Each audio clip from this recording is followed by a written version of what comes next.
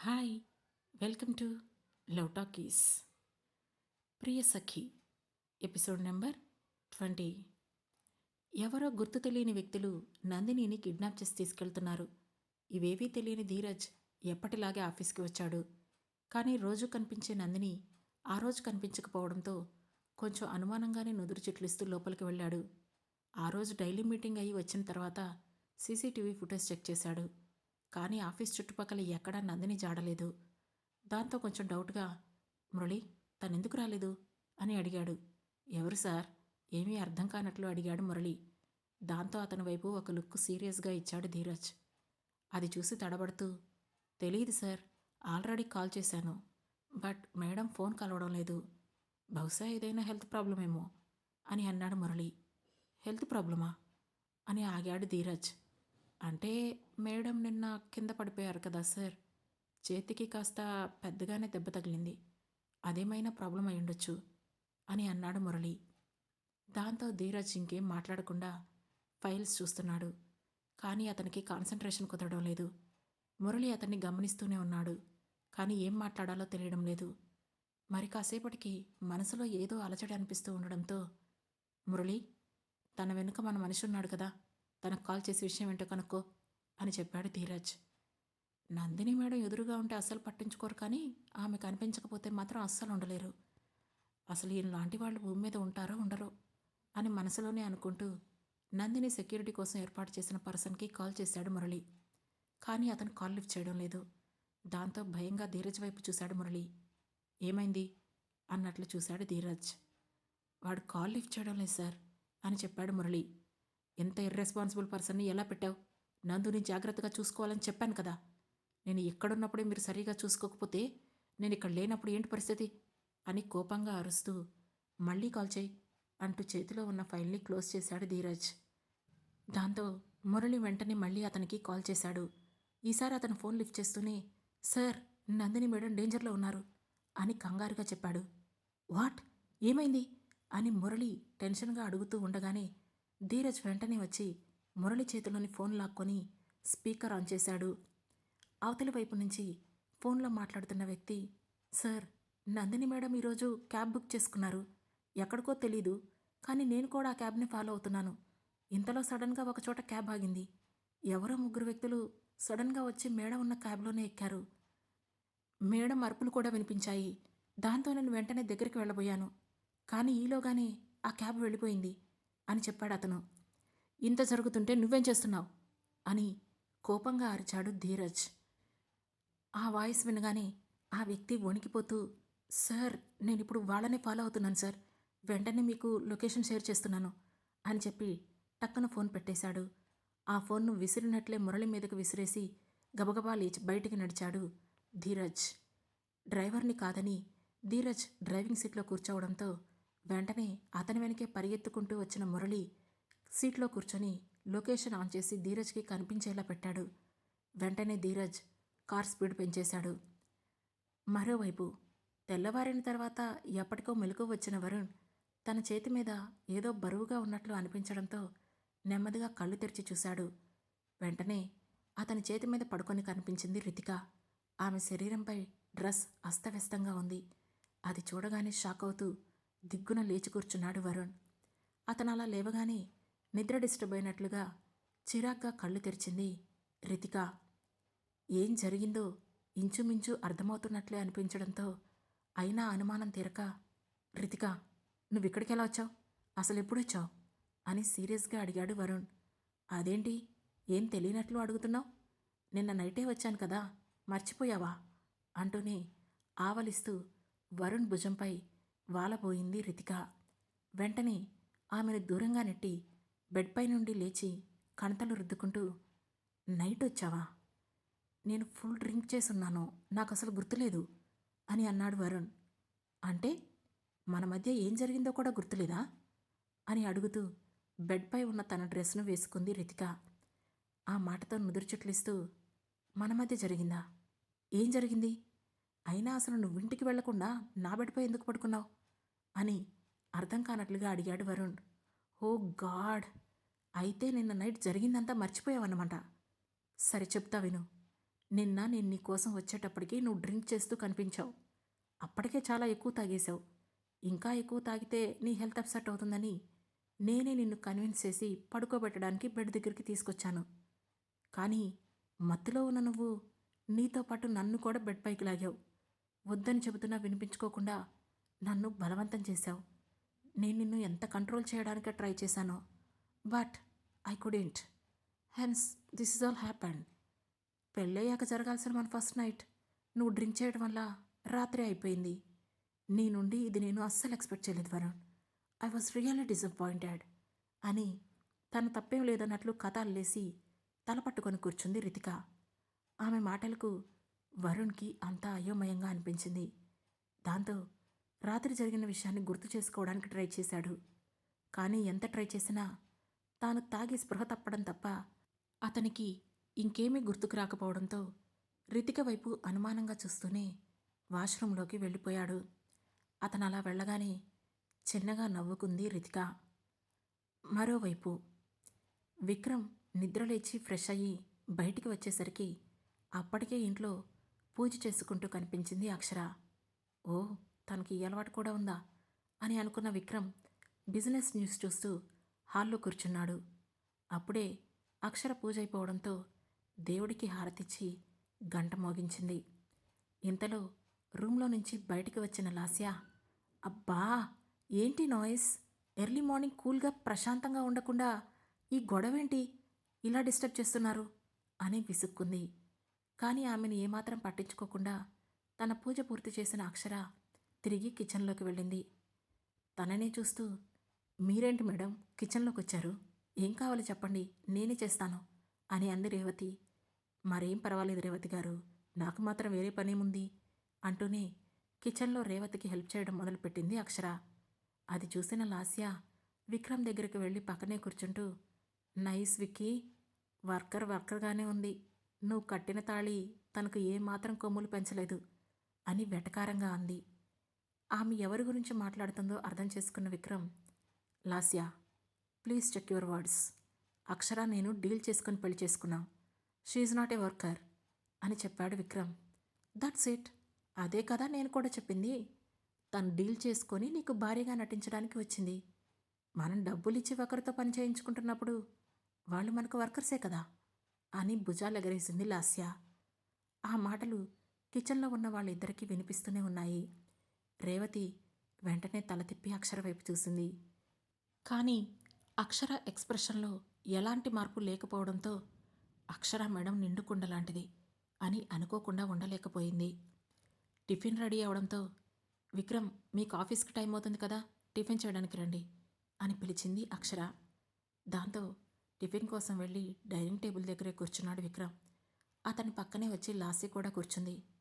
రేవతి గారు, మీకు లాన్లో ఏదో వర్క్ ఉందన్నారు, వెళ్ళండి, నేను విక్రమ్ గారికి వడ్డిస్తాను అని చెప్పింది అక్షర.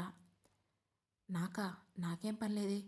ఓహో, తనే దగ్గరుండి విక్రమ్ సార్కి భోజనం పెట్టడం కోసం వెళ్ళమంటుందేమో అని అనుకున్న రేవతి అక్కడి నుంచి వెళ్ళిపోయింది.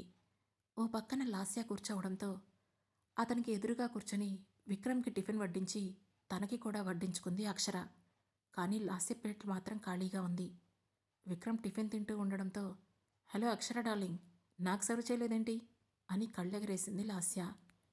బ్రేక్ఫాస్ట్ ఎదురుగానే ఉంది కదా, you can serve your self అని కూల్గా నవ్వుతూ చెప్పి తాను టిఫిన్ తినడం మొదలుపెట్టింది అక్షర.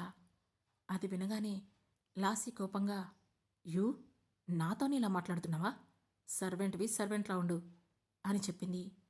ఆ మాటతో విక్రమ్ సీరియస్గా ఏదో అనబోయాడు. కానీ ఈలోగానే అక్షర నవ్వి, నేనిక్కడ కేవలం విక్రమ్ గారికి తన తాతయ్య గారికి మాత్రమే వర్క్ చేస్తాను, నాట్ ఫర్ అదర్స్ అని సింపుల్గా చెప్పింది. ఆ మాటతో పళ్ళు కొరుకుతూ, విక్రమ్ తనలా మాట్లాడుతుంటే నువ్వేం మాట్లాడవేంటి అని అడిగింది లాస్య. తను చెప్పింది కరెక్టే కదా లాస్య, అయినా ఎందుకు ఇలా సీన్ క్రియేట్ చేస్తున్నావు, you can serve your self యార్ అని చెప్పి పైకి లేచి హ్యాండ్ వాష్ చేసుకుని, అక్షర ఆఫీస్కి వెళ్ళొస్తాను అని చెప్పాడు విక్రమ్.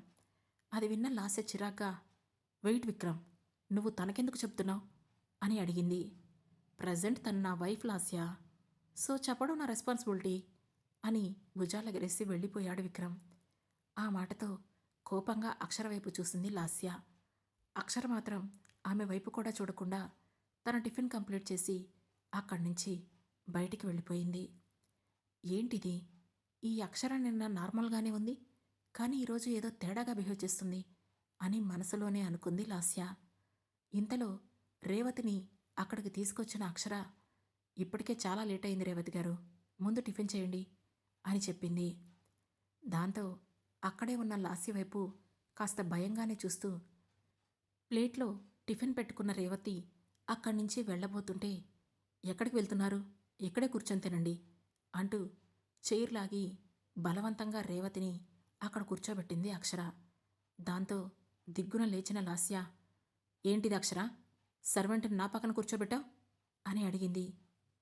ఈ ఇంట్లో ఇలాంటి విషయాల్లో సర్వెంట్స్కి ఓనర్స్కి పెద్ద తేడా ఏమీ ఉండదు. అది నాకు ఇక్కడికి వచ్చిన కొద్ది రోజులకే అర్థమైంది. అందరూ ఇక్కడే కూర్చొని తింటారు. మీకేదైనా ప్రాబ్లం ఉంటే దట్స్ యువర్ హెడేక్ అని చెప్పింది అక్షర. ఆ మాటతో లాస్య కోపంగా కాలు నేలకేసి కొట్టి అక్కడి నుంచి తన రూంలోకి వెళ్ళిపోయింది. అది చూసిన రేవతి, ఏంటి మేడం ఇలా చేశారు? అసలే లాస్య మేడంకి కోపం ఎక్కువ, ఇప్పుడు ఏం చేస్తారో ఏమో అని భయంగా అంది. ఏదైనా చేస్తే నేను చూసుకుంటానులే, మీరు కంగారు పడకుండా తినండి అని నవ్వుతూ చెప్పింది అక్షర. దాంతో కొంచెం టెన్షన్గానే సరే అన్నట్లు తలూపి టిఫిన్ చేయడం మొదలుపెట్టింది రేవతి. అదే సమయంలో అక్షర మొబైల్ రింగ్ అయ్యింది. అటువైపు నుంచి సురేందర్ కాల్ చేస్తూ ఉండడం చూసిన అక్షర లాన్లోకి నడుస్తూ కాల్ లిఫ్ట్ చేసి, హలో సార్, గుడ్ మార్నింగ్ అని చెప్పింది. Good morning Akshara, how are you అని అడిగాడు సురేందర్. ఫైన్ సార్ అని చిన్న స్మైల్తో చెప్పింది అక్షర. గుడ్, నీతో ఒక ఇంపార్టెంట్ విషయం గురించి మాట్లాడడానికి కాల్ చేశాను అక్షర. ఆ రోజు హాస్పిటల్లో నీ మీద అటాక్ చేసిన వ్యక్తి ఒక ప్రొఫెషనల్ కిల్లర్ అని తెలిసింది అని చెప్పాడు సురేందర్. వాట్? ప్రొఫెషనల్ కిల్లరా? అయినా డబ్బులిచ్చి మరీ నా మీద అటాక్ చేయించేవాళ్ళు ఎవరున్నారు సార్ అని అతడితో అంటూనే తాను కూడా కొంచెం ఆలోచనలో పడింది అక్షర. ఇదే డౌట్ నాకు కూడా వచ్చింది అక్షర. బాగా గుర్తు చేసుకో, నువ్వంటే పడని వాళ్ళు, నువ్వు చనిపోతే లాభం పొందేవాళ్ళు ఎవరైనా ఉన్నారేమో అని అన్నాడు సురేందర్. అలా ఎవరూ లేరు సార్. చిన్నప్పటి నుంచి నేను ఆశ్రమంలో పెరిగాను. ఇక నేను ఒకరి వల్ల బాధపడటమే కానీ ఇప్పటి వరకు నా వల్ల ఎవరూ బాధపడింది లేదు అని చెప్పింది అక్షర. ఓకే ఓకే, ఈ అటాక్ చేసిన వాడిని త్వరలోనే పట్టుకుంటాం. అప్పటి వరకు ఎందుకైనా మంచిది నీ జాగ్రత్తలో నువ్వు ఉండు అక్షర, టేక్ కేర్ అని చెప్పి కాల్ కట్ చేశాడు సురేందర్. దాంతో నా మీద అటాక్ చేయాల్సిన అవసరం ఎవరికి ఉంది అని ఆలోచనలో పడింది అక్షర. మరోవైపు రూంలోకి వెళ్ళిన లాస్యకి ఏదో తెలియని చిరాగ్గా అనిపించింది. దాంతో ఆమె ఆలోచనలో పడుతూ, విక్రమ్ నన్ను లవ్ చేస్తున్నాడు. తను ఏదైనా రిలేషన్కి ఒక స్టాండ్ తీసుకుంటే ఖచ్చితంగా నిలబడతాడు, అందులో ఎలాంటి డౌట్ లేదు. కానీ ఈ అక్షర బిహేవియర్ వింతగా ఉంది. నిన్నంతా కూల్గా ఉంది, ఈరోజు శివంగిలా బిహేవ్ చేస్తుంది. చూస్తుంటే ఈ అమ్మాయి నా వెక్కిని తన వైపు లాగేసుకునేలా ఉంది.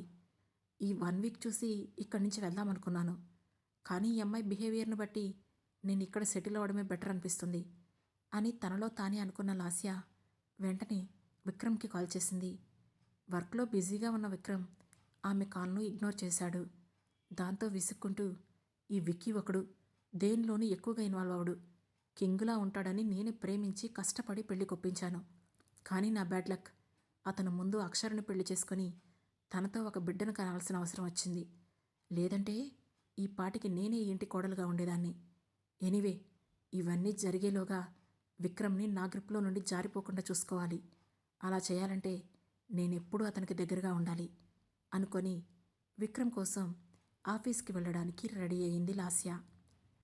అదే సమయంలో రేవతి, అక్షర ఇద్దరూ లాన్లో ఉన్న మొక్కల్ని చూస్తున్నారు.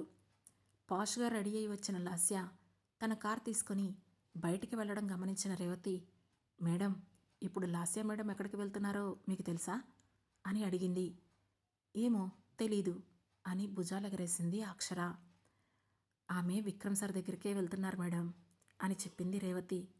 ఓ, అది మీరెలా చెప్పగలరు అని నవ్వుతూ అడిగింది అక్షర. చాలా ఈజీగా చెప్పొచ్చు మేడం. ఇక్కడ లాస్య మేడంకి తెలిసిన వాళ్ళు ఎవరూ పెద్దగా లేరు. విక్రమ్ సార్, ధీరజ్ సార్ మాత్రమే తెలుసు. ధీరజ్ సార్ దగ్గరికి ఆమె అంతలా రెడీ అయ్యి వెళ్ళరు కదా, కాబట్టి ఖచ్చితంగా విక్రమ్ సార్ దగ్గరికే వెళ్తారు అని లాజిక్ మాట్లాడుతూ చెప్పింది రేవతి. ఓ ఓకే అంది అక్షర. ఓకే అని అంత తేలిగ్గా అంటారేంటి మేడం? మీకు కోపం రావడం లేదా అని ఆశ్చర్యంగా అడిగింది రేవతి. కోపమా? ఎందుకు అని నవ్వుతూ అడిగింది అక్షర. అదే madam, Lasya madam Vikram sir కోసం వెళ్తున్నారు కదా అంటూ ఆగిపోయింది రేవతి. అది విని చిన్నగా నవ్విన అక్షర, మాది కాంట్రాక్ట్ మ్యారేజ్ అని నేను మీకు మళ్ళీ గుర్తు చేయాలా రేవతి గారు అని అడిగింది. దాంతో రేవతి ఇంకేం మాట్లాడలేకపోయింది. అది చూసి అక్షర నవ్వి, నాపై ఇంత కన్సర్న్ చూపిస్తున్నందుకు చాలా థ్యాంక్స్ రేవతి గారు. ఇక ఆ విషయం వదిలేసి మనం బయటికి వెళ్ళి ఏవైనా కొత్త మొక్కలు తీసుకొద్దామా అని అడిగింది అక్షర. సరే మేడం అని ఉత్సాహంగా అంది రేవతి. దాంతో అక్షర రేవతి ఇద్దరూ మొక్కలు తెచ్చుకోవడానికి నర్సరీకి వెళ్లారు. మరోవైపు విక్రమ్ ఆఫీస్ ముందు కార్ దిగిన లాస్య డైరెక్ట్గా లోపలికి వెళ్ళింది. ఆమె లోపలికి అడుగుపెట్టగానే ఆమె డ్రెస్ చూసి స్టాఫ్ అందరూ ఆశ్చర్యంతో నోరు తెరిచారు. అది చూసి గర్వంగా ఫీలైన లాస్య ఆ గర్వాన్ని కళ్ళలో చూపిస్తూ నేరుగా విక్రమ్ క్యాబిన్లోకి వెళ్ళింది. అప్పుడే ఏదో ప్రాజెక్ట్ ఫైల్ మిస్ అయిన విక్రమ్ ల్యాప్టాప్లో దాని గురించే సీరియస్గా చెక్ చేస్తున్నాడు. లాస్య లోపలికి వస్తూనే హాయ్ విక్కీ అని అంది. ఆమె వైపు కూడా చూడకుండా నువ్వేంటిక్కడా అని అడిగాడు విక్రమ్. నథింగ్, ఇంట్లో బోర్ కొడుతుంది, అందుకే నీతో చిల్లవ్వాలని వచ్చాను అని నవ్వుతూ చెప్పింది Lasya. Sorry Lasya, I am busy అని సింపుల్గా చెప్పేశాడు విక్రమ్. దాంతో అతని టేబుల్ పట్టుకొని వయ్యారంగా ముందుకు వంగిన లాస్య, అదే మాట నా వైపు చూసి చెప్పు అని హస్కీ వాయిస్తో అడిగింది. దాంతో కళ్ళు మాత్రమే ఎత్తి ఆమె వైపు చూశాడు విక్రమ్. మెరూన్ కలర్ డ్రెస్లో క్లీవేజ్ షో చేస్తూ ఫుల్ హాట్గా కనిపించింది లాస్య. ఆమె ఉద్దేశం అర్థం కావడంతో చిన్నగా నవ్వి, డోంట్ బి చైల్డిష్ లాస్య అని అన్నాడు విక్రమ్. ఆ మాటతో ఉడుక్కున్న లాస్య, విక్కీ అసలు నన్ను లవ్ చేస్తున్నావా లేదా అని అడిగింది. ఇప్పుడు నీకు ఆ డౌట్ ఎందుకు వచ్చింది అని కళ్ళు మాత్రమే పైకెత్తి అడిగాడు విక్రమ్. మరి రాకుండా ఎలా ఉంటుంది? నేనేమో నీకోసం ఆస్ట్రేలియా నుండి ఇక్కడి వరకు వస్తే నువ్వేమో నా కోసం ఒక్కరోజు కూడా కేటాయించకుండా, నన్ను పట్టించుకోకుండా నీ రొటీన్లో పడిపోయావు. నాతో కొంచెం కూడా టైం స్పెండ్ చేయడం లేదు అని అలిగినట్లుగా అంది Lasya. I have so many works Lasya. నేను మా గ్రాండ్ ఫాదర్కే టైం ఇవ్వలేకపోతున్నాను, ఇక నీకెలా ఇస్తాను? సో డోంట్ డిస్టర్బ్ మీ యార్ అని చెప్పాడు విక్రమ్.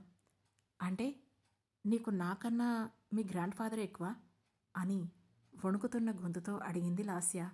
అఫ్ కోర్స్ లాస్య సింపుల్గా చెప్పేశాడు విక్రమ్.